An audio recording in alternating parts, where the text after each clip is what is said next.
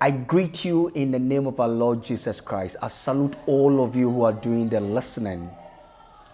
My name is Uncle Aumatta. I'm a counselor, a life coach. This program, we titled it Life Counseling, has come into light as a result of the interaction I've had with people and what they are going through. And we believe that if we create a platform of this nature, we will be able to become a solution to the little casualties you have. I don't call it problems, but I call it casualties. Because if you have a problem, it means that you must be able to get to a very point where you cannot handle it. But if it's a casualty, you have answers to it. Life counseling is a movement of which you need to get yourself involved by way of addressing your issues, your questions, your worries, and all the things that are bothering you in order to be able to achieve the exact life God has indeed earmarked for you. It's a movement in the sense that we want everybody to have a stake in it. Bring in your issues, bring in your questions, bring in your experiences, your regrets, your betrayals, the things you've gone through, and I bet you the Holy Spirit will guide us and will be there to, as it were, help you. Someone may ask, what is the purpose of this life counseling? The purpose of this emanates from life itself. And today I want to give you what life means to us. L-I-F-E. Live in full eternity. When I got this, I came to a point asking myself, then there is nobody who should just end the life God has indeed given to you. If you are to live in full eternity, then the purpose of which God has indeed given to you, you must be able to fulfill it here.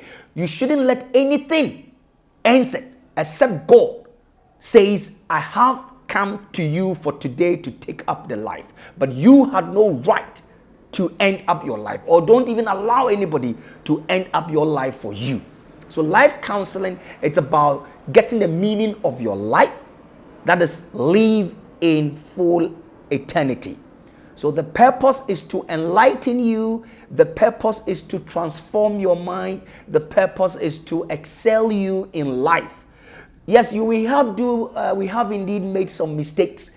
But when you do make a mistake and you come to realize that, oh, I did it as a result of, I didn't know A, B, C, D. As a result of that, it puts you in a better position to be able to, as it were, form yourself properly.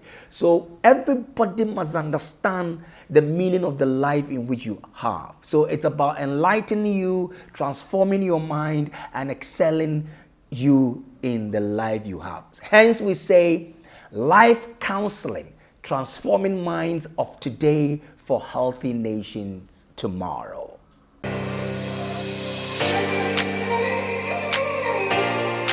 At that moment, you're asking yourself, it is a net.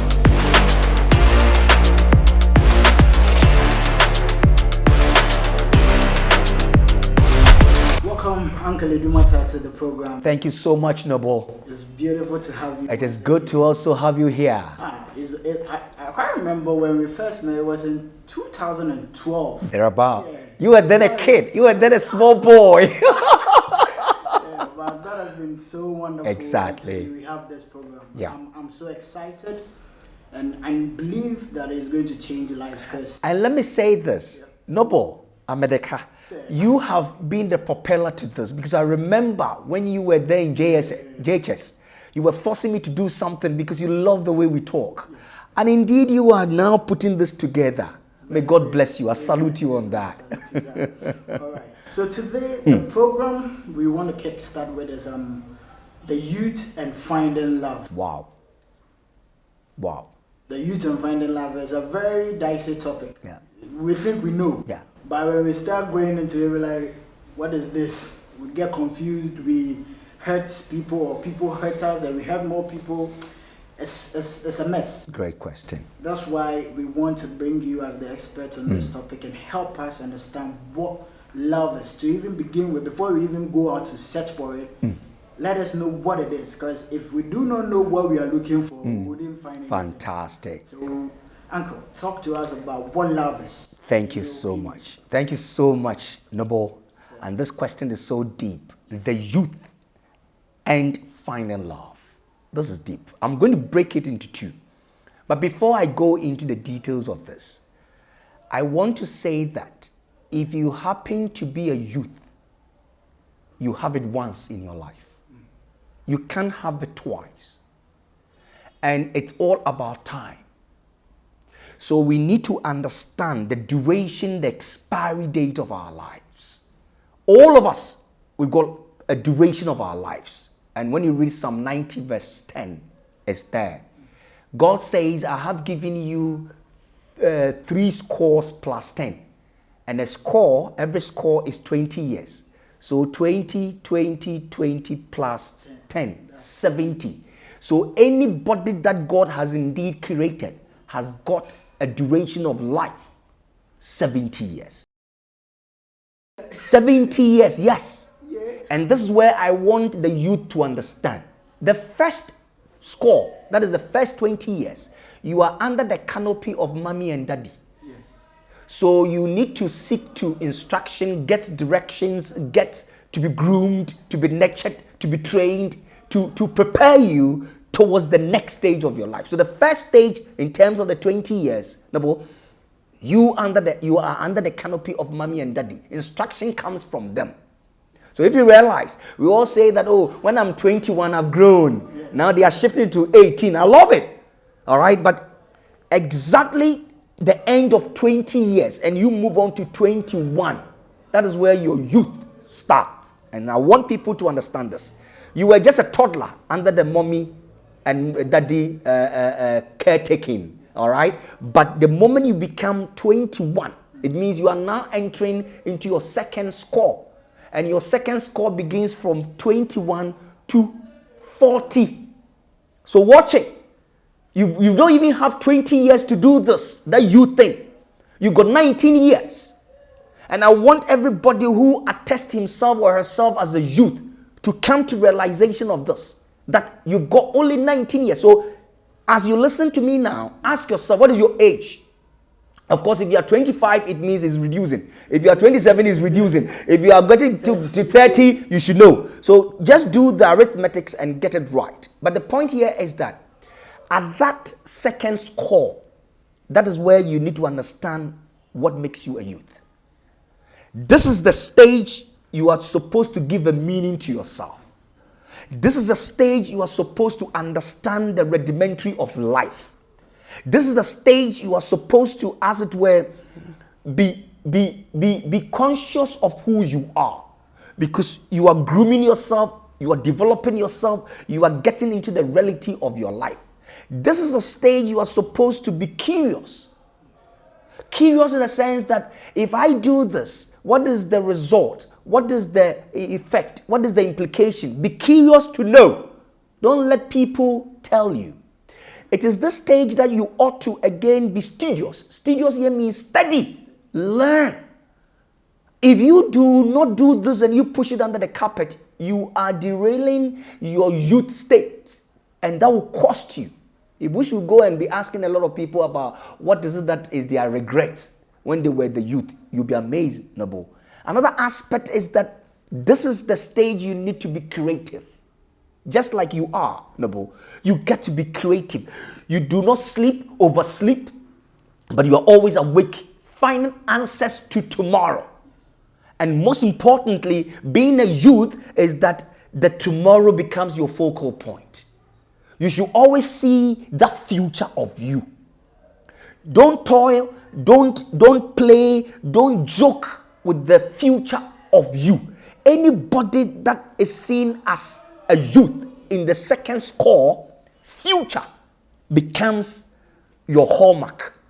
And for you to fulfill this future, you must understand your life.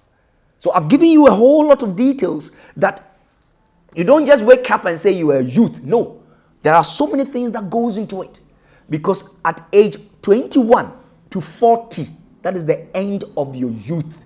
You are now going to move into adulthood. Of course, Within that period, people marry so they think they are adult, but you still have the youthful exuberance in you that you can be able to do that. But the point here is that I want all of us to understand what we must do at the second score.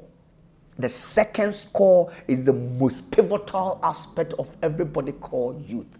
The third one, it means you are heading towards your 41 to 60. Yeah? You are going to go on pension. You understand? So you got to go through all that. Then, of course, if God says you have served me well, he will add the plus 10 to you. And he says if you get a 70 in the same Psalm 90, it is his prerogative to add another 20 to your age. So anytime I see obituary pasted and the age is 70 or 71, I pull over and salute and call for a grace so that I can also live beyond that. Anybody that had gone beyond 70, 71 to 80 to 90 to 100 is grace.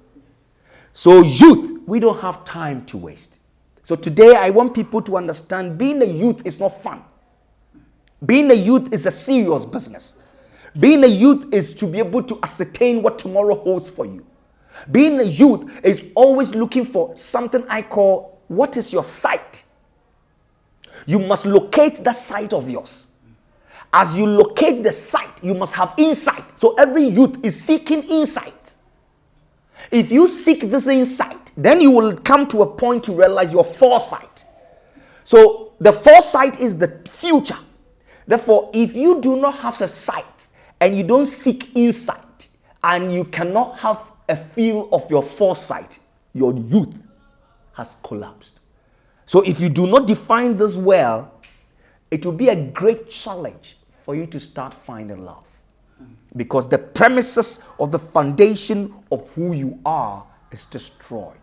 Another aspect of you being a youth is that always get to know who you are. At the youth stage, you must have a serious definition of yourself. So, Uncle, I think that is where the main problem Yes. is. Because prior to being 20 or 21, nobody gives us this information. Exactly. All we are told is go school. Good. Pass your exam. Good. When you pass, you go to the university. When you go to the university, when you pass, you get a job. Sure. And then you start life. You get married, you buy a house, you buy a car. But the reality is far from that. Yes. Now, if you as a son, Yes. the internet age has changed everything. That's right. So you complete school, and just like our Minister of Finance, Yes. there are no jobs. So we have to create. That's right. Our own job. Yeah. And at the same time, we are now meeting this information that we are now supposed to find out who we are. Yeah. We are supposed to now identify what we are capable of or what we are not capable of. Definitely. Before we even think about finding love. Sure. But then our biology also has a role to play. Right from puberty, we begin to have this feelings for the opposite sex. So we think that is love. No, we'll come there. We'll come there. I was just trying to develop you to a point. I know you're very anxious, but we'll get there. How do we Yes, that is go the around problem. The confusion. That is the problem. Nobody tells us. Yes. You just wake up one day, we are Yes. 2021, and Yes. everybody says, yeah, now you got to find out for yourself. Very soon, Noble, you become a father. And you will understand why your father says, learn, steady. Because I didn't do what I could have done. And because I was like a shortfall, I want you to fill me. So if you realize every father, mother language goes, fill us, become great, become who is exactly. And so that noise, call it every day telling you go school, because you call it noise, they will say it to you. But out of the noises, you must sieve to know who you are. And that's where I'm coming. It's not now that you are going to go look for love. Love don't even draw yet. We need to understand, establish your base. Establishing your base means that you should know who you are. Why in the first place you are where you are now? There is a reason. Remember, you are here for a purpose, you are here for a cause, you are here for a reason. Now these three things, try and define them well. What is my reason? What is my purpose? What is my cause of being here? If you lose this definition, you are in trouble. You will not be able to define yourself as to who you said you are as a youth. Based on this, you will now come to a point where you need to accept yourself. If you do not accept who you are, Nebo, you will make wrong judgment. You make wrong choices. You will fall on people to accept you rather than you accepting yourself. Because you don't know who you are. And anybody who knows who they are, accept who they are.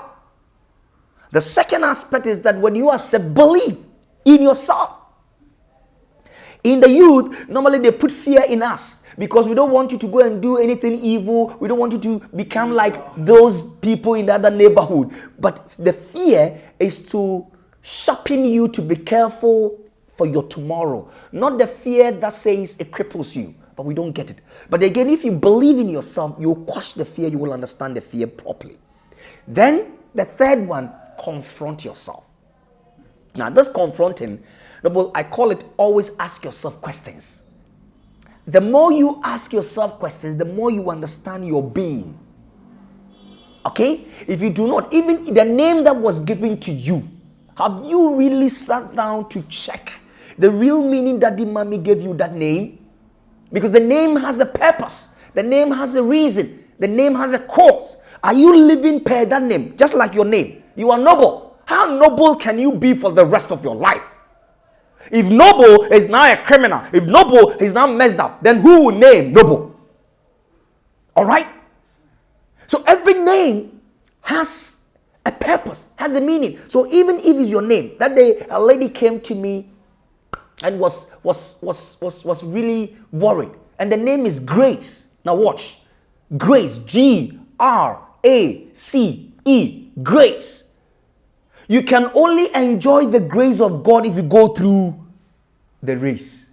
See, within the grace, there's a race. So when you're going through the up and downs of your life, that is your race.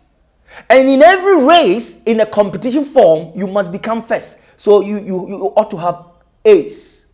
Yeah? A-C-E. That is where you become first. So without the grace, if you don't go through the race, you can't become the ace. Do you understand what I'm saying? So that is how life is about. So confront yourself as to why this name, why this mother, why this father, why this planet, why am I here? And then start projecting yourself. Why this country? Why this country? You can go there. It's not a mistake. And you are not here by choice. You are here by purpose. You are here by a reason, a cause. So you should craft and define that cause, that reason. Don't sit and say, oh, you want me to abroach the be. But they have defined their cause, their reason and all that. So we need to also do same. And as we do that, we will then be able to know. And you can only do this by asking yourself. I have given you some ABCDs. Accept yourself. Believe in yourself. Confront yourself. It is when you do the ABC, then you can do the D's. From accept, believe, confront, you can now define who you are in a small sort of, call it a mission form for your life. Define. When you define yourself, you should always be able to determine yourself. Every second, every moment. As you sit here, you know what you're doing. When to talk, when to reason, when to do that. You are determining everything. So stop giving yourself excuses. Because anybody who do not determine himself or herself gives excuses. And when you give excuses, you are getting late. Then the third D is develop yourself. Do you know how development comes? Development comes as a result of getting anything new. Knowing something new. Discovering new things. That is development. All right? So those days, I didn't know this. Today, you are developing. So if you are lazy, you are not able to, as well, challenge yourself. You can't be able to develop. So I've given you the D's, but the D has 3 in it. It is when you call yourself a youth and you can really phantom this ABCD thing, then you can really blow your chest and look into the future of yours. So first of all, let everybody calling himself or herself a youth should understand this. When you get this, remember that who you are is also as a result of the environment you are coming from. Yes. And I always say that, no, if you were coming from an environment where mommy was there, daddy was there, you saw how mommy, daddy were, relating to each other, the bond, you saw it. It's the same persona you pick up to grow. There's a joy, there's happiness, there's ambition. You really want to, become like them. So we see all these things. That's one side. On the other side, the environment could also pose where mommy, daddy, or one of them are not there. So your life was more or less like a struggle. You fight to eat, you struggle to have, and all that. Okay, these are your environment. And all these form part of you. But hey, never let that environment you've gone through define you. You must be the one to define the environment that you were in. That is when you have indeed afloat yourself. You then be able to know how you can do this. So the environment place is a very powerful one. And everybody should know that you cannot change that environment. You cannot deny that environment, but you must leave the environment. But don't let the environment leave you. You leave the environment. The second aspect is that your exposure, things you've heard, things you've seen, things you've touched, things you've stepped in, all makes you. Don't let your exposure diminish you. It should increase you. It should make you better. Don't let your exposure see people as non-entity. No. Let them know that per your exposure, you understand them better. All this you are reading, establishing your youth base. The next E is your experiences. Never brag on your experiences, but showcase your experiences of, I can do it. I know how to do it. I can challenge. Use your experience to challenge yourself. But if you boast with your experiences, you are in trouble. You are getting the wrong foundation. The next aspect is your expectations. And that's where your future comes in. What is this expectation that you are looking for? I want to become, you should say it. Nobody should define your expectation for you. You should get to a point as a youth, know exactly in the next 5 years, in the next 2 years, in the next 3 years, this is what you should become. You should have it. It is not 31st December, you're going to go to church and start conjuring some words and say, come next day, I'll be like, no. You should have this alongside all this in your life. So your expectations, you must read your tomorrow in it. And then education. Education here, the classroom one is good. But those that are not taught are those you use your conscience to educate yourself. You know what is a sin. You know that this is not good. You know when I'm crossing the road, I should be looking left and right. This is not a classroom thought. It's your conscience. So what is it that you are using your education for? Your education should be able to uplift you. It should be able to grow you. It should be able to make you better. So we should take account of the ease that I've just made mention of. If you do that, it gives you a certain stance that you can really understand where you are heading towards. So in the youth stage from 21 to 40, when you have established this, if you are to make choices, then you will know. So you see, you guys are finding love. It's a choice.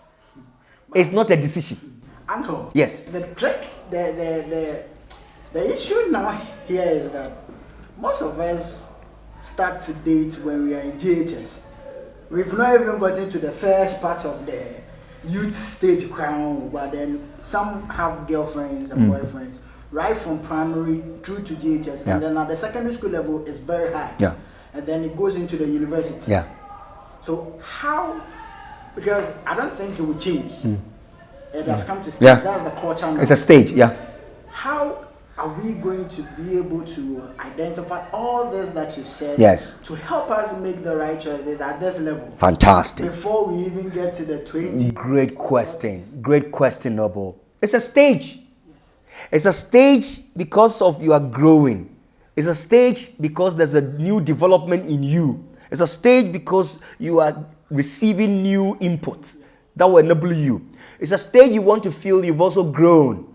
It's a stage you want to do a whole lot of things. So these are the things that propels you. So getting a boyfriend, getting a girlfriend is good to study each other, to understand the dynamics. The danger there is most people go in with a very clear conscience.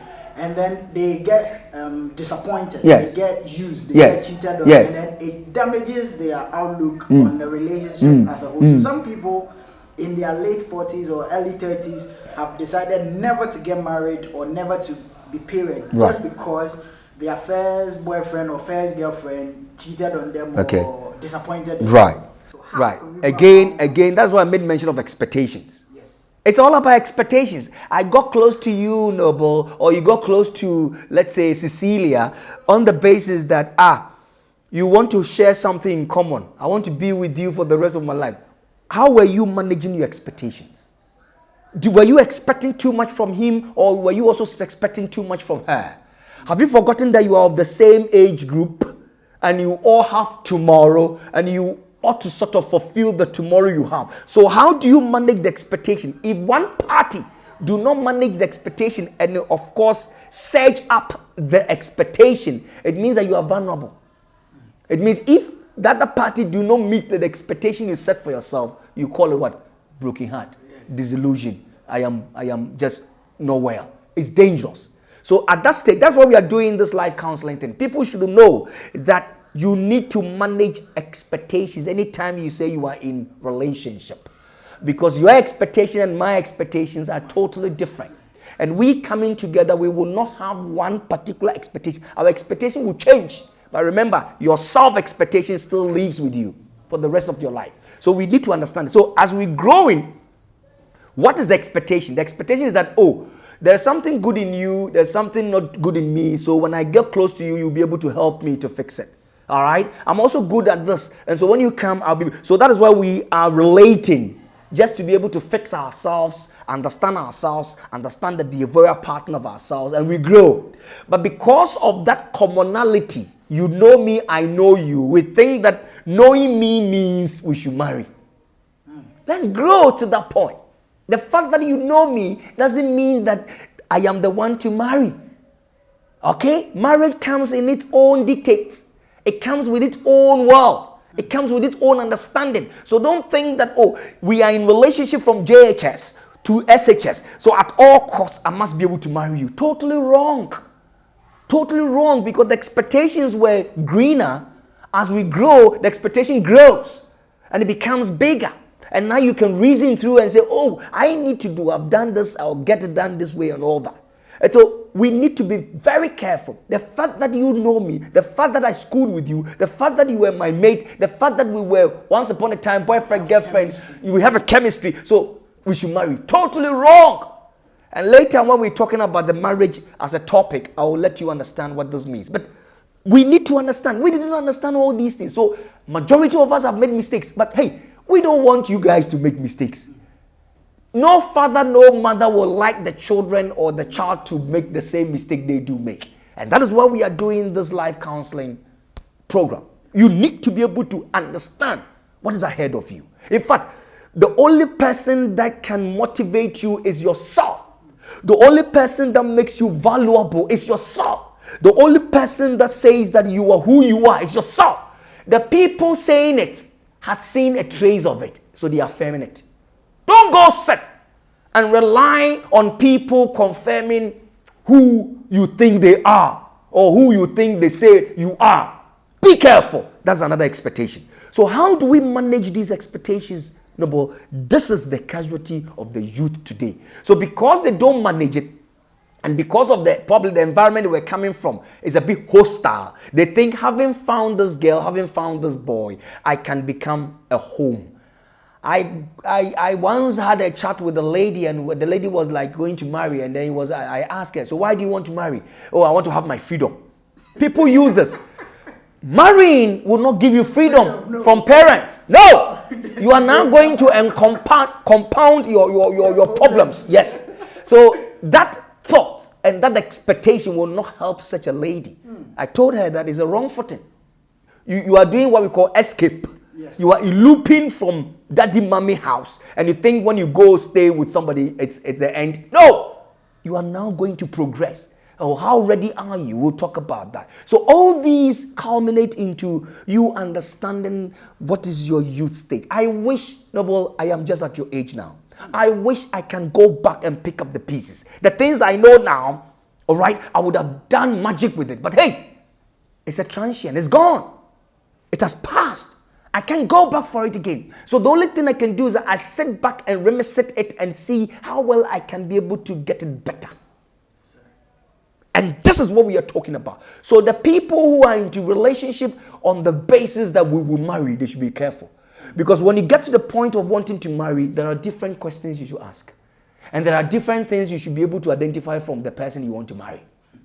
It is not, oh, we know ourselves, we are common, we are compatible. Is it? Nobody is compatible. Right from the word go, marriage is differences. You are different, I'm different. So we are marrying differences. The only way marriage can survive, Noble, is when these differences become same. Working towards your differences and having the same is marriage. This is a deep one. We'll talk about this later. All right, we'll talk about it. So, Uncle, yeah. if let's say the guy or the lady has been able to answer all the A, B, C to the E's. That's right. What is love? Wow. What? Because I believe if I don't know what I'm looking for, I will go there 3 years, 4 years, 10 years, and I will never find anything. Yeah. But then if I have an understanding of what exactly I'm looking for, it could take me 3 months and I'm there. Love is not today. Love is not the feeling. Now I'm confused. Love is not the touch. Love is not what you see. Love is unseen. Love is the future. Love is the one you are yet to see. Love. Say, okay, if I can't see, but then I have to choose a woman to be my wife. So if I can't see, then Fantastic. how am I choosing? Good. You don't see physically seeing, but can you see tomorrow? That you cannot see tomorrow, but you can have a feel that there's a tomorrow in you. That is the love you are working towards. So love is not, oh, I love you, kiss me. No. Love is about looking at, if this is my tomorrow, where would you be in my tomorrow? Try locating, try defining your tomorrow, my tomorrow together is the love. We cannot become enemies. We cannot hate ourselves in fulfilling our tomorrow. So we need to understand that the love we're talking about, it is a tomorrow thing. And please, love is not I have gotten it. It is you are yet to have. Don't say I've got love. No, you don't got love. You don't have love. But you are yet to have it. Therefore, you work towards it. You search. You look for it. You work at it. We should get this right. This concept of I love her, I want to no, take your time, go gradual. Have you ever gone to a divorce court where they are separating? Once upon a time, didn't they say to themselves they love themselves, and now look at what is happening? Pouring insult and a whole lot of a secret that none of the people at the divorce court knew of, but yet they are hearing. It's a bit dangerous. So I want people to understand that the love they are talking about is not what they are saying. It's not what they are having. But it is the tomorrow. You see, everybody has got what I call the expectations. Everybody is looking for who can fulfill me come tomorrow. So love is not about today. But if tomorrow comes always, what would you do to identify tomorrow in today? That is love. But no more. In the first place, before you can talk of love, you must first admire. Listen, if today you see that lady and you tell me, Uncle, I've seen this, I love lady. Because you got it wrong. You must admire. There is something, there's only one thing that caught your attention. Yeah. There's only one thing that you single it out. Well, that was a physical one, you want to. But something, it could either be seen or unseen. Yes. You single it out. And because you like it, you admire it, you work towards admiration by liking. That is your frequency of wanting to meet, wanting to talk, wanting to relate. In that processes, you are liking each other. So don't say it's love. Get the process right. And don't say, oh, because we are liking, kiss me, hold my breast, do that. No, don't do those things. No, because we are getting to know how well we can like ourselves. So we are looking for the pluses and the minuses of our lives. Then, when we come to a point that we say, oh, there is a tomorrow I'm looking at. You fit in. That is a love. So we work towards it. So nobody should see somebody today and say, I love you, so love me. No! I won't subscribe to that. First of all, what did you admire? Did you work towards your admiration by way of liking? Because if you love me tomorrow, in the liking stage period, anything can happen, and that you know that. And that's why people call it the red flags. Yes. Is it the liking stage? He's not a man, he's not a woman I'm looking for. You see it. But don't commit yourself to any ills in that liking stage. Because when you do that, that is where emotionally you become bankrupt. You become so attached because you think somebody has penetrated you, somebody has used you, somebody has betrayed you, so you want to pay back. And that's where it messes up the future. So the love itself, I want the youth to understand that it is not what you hold, what you have today. It is what you can hold, but yet you want to hold. It is the tomorrow you have envisaged that you want to be. Fantastic. That is why without love, marriage will not work. That is why marriage is faith. That is why faith must surround itself with love. Because when you hate somebody, you can't have faith in the person. It's only when you love somebody that you can actually get closer to the person. So these are the things we're talking about. So these are practical things. We shouldn't read it from the book. The mills and bones are over. Now we are talking about you are in the second score of your life. Choices must be made right. If you make wrong choices, the tomorrow is ruined. And I want people to understand that if I stand in front of a lady and I say, I love you, it's a choice. It's not a decision.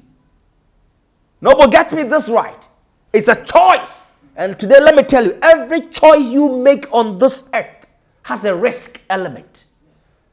And the risk element, your work, Noble, is to be able to minimize the risk element. In minimizing the risk element, you are moving towards a decision to perfect it. So, in this stage of ours, the choices we make, we should know and make sure that we can be able to get it. So, it's good to fall in love. It's good to have love. But it's not the one you experience. It's not a feel. It is the yet to have. So if it's about the yet to have, you work towards it. That is why I place a premium on you, because there's a tomorrow in you. In my talking, in my gestures, in my dealings with you, you see value. You see importance. You see respect, they call. All right, but respect is an output of your value. All right, so if this is what we are looking for, it's all about the tomorrow. So nobody should define love without tomorrow. Nobody should define love without the future. Nobody should define love without the unknown. This is what I would say to the youth. So don't always love on the basis of condition. BBT.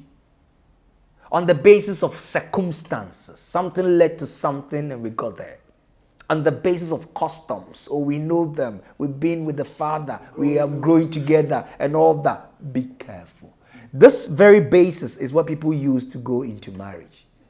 Conditions, circumstances, and customs should not be the basis for you to marry. The fact that we were together, the fact that we were once upon a time in relationship, does not mean that you are the one I'm to marry. There are so many things we need to be looking for before we can get there. Thank you, sir. Thank you too. It has been really, really, really informative. I think we would have to find time again and then go deeper. Yes. We have to find time. That is why life counseling, this is what we seek to do. We want to become a platform where we give solution to people question marks. We give answers to those who are worrying. We give some kind of a thought that, hey, all is not lost. You still have an avenue to make amends. This is a platform we want people to know that you are not a waste. You are of a value. So, yes, you have made a mistake today. That does not mean that you are wasteful. And here, let me say this.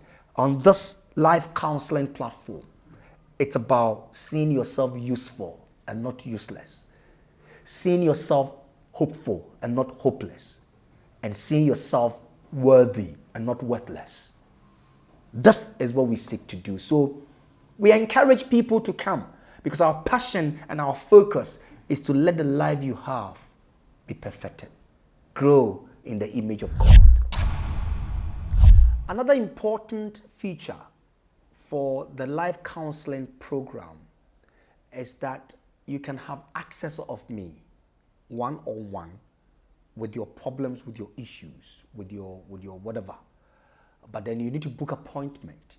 And as you book appointment, you do some registration fees and all that. It's not too much, but what is important is that we understanding you and we being there to help. All right. So the number that you can actually reach us on will be on the screen. So you take it and then write it down, save it, and then always. So there's a room for you to book appointment with me, and then we will see where we can meet. Thank you so much for this opportunity.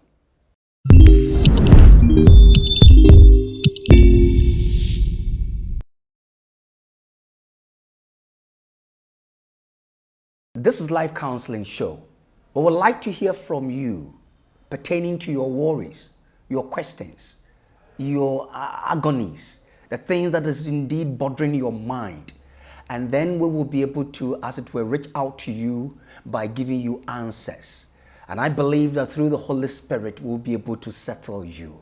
Of course, one answer is not in the mind of just one person, but I believe the Holy Spirit will use us. So it is a platform for you to, as it were, address the little issues you have in your life. We want your life to be better. We want you to fulfill the God-given life He has indeed given to you. Don't let anybody by your side, behind you, in front of you to destroy this life. So this is your platform, Life Counseling Show. You need to send in your worries, your questions, your life cases, if possible, that we will be able to address and help you. Thank you.